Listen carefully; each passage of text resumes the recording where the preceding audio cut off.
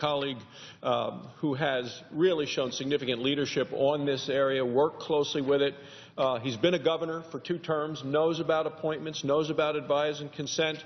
And what we have seen from this President of the United States just last January, a flagrant disregard for the Constitution and the laws of this land by bypassing the Senate and appointing 3 members to the National Labor Relations Board, claiming the Senate was in recess, even though the Senate was meeting regularly in pro forma session.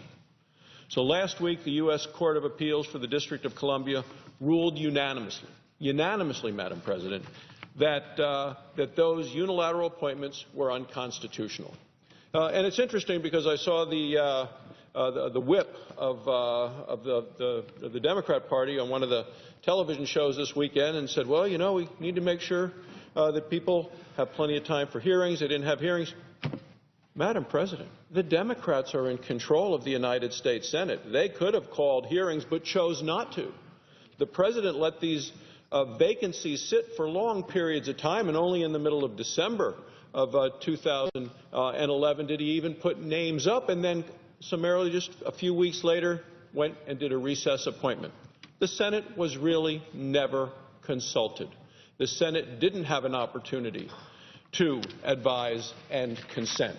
And that's why I use the word flagrant in terms of the President's bypassing of the Senate in making these recess appointments. Well, over the weekend, newspapers across this country reported on this consequential ruling by the court and what it will mean for the administration going forward.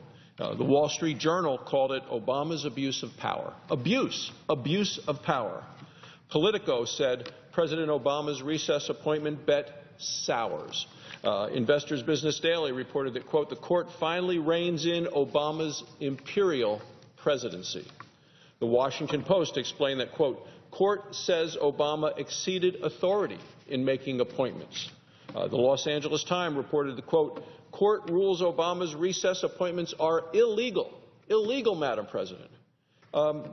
After we go on reading through all of this, after this court ruling, the White House should finally realize that the President's power to use recess appointments is not unlimited.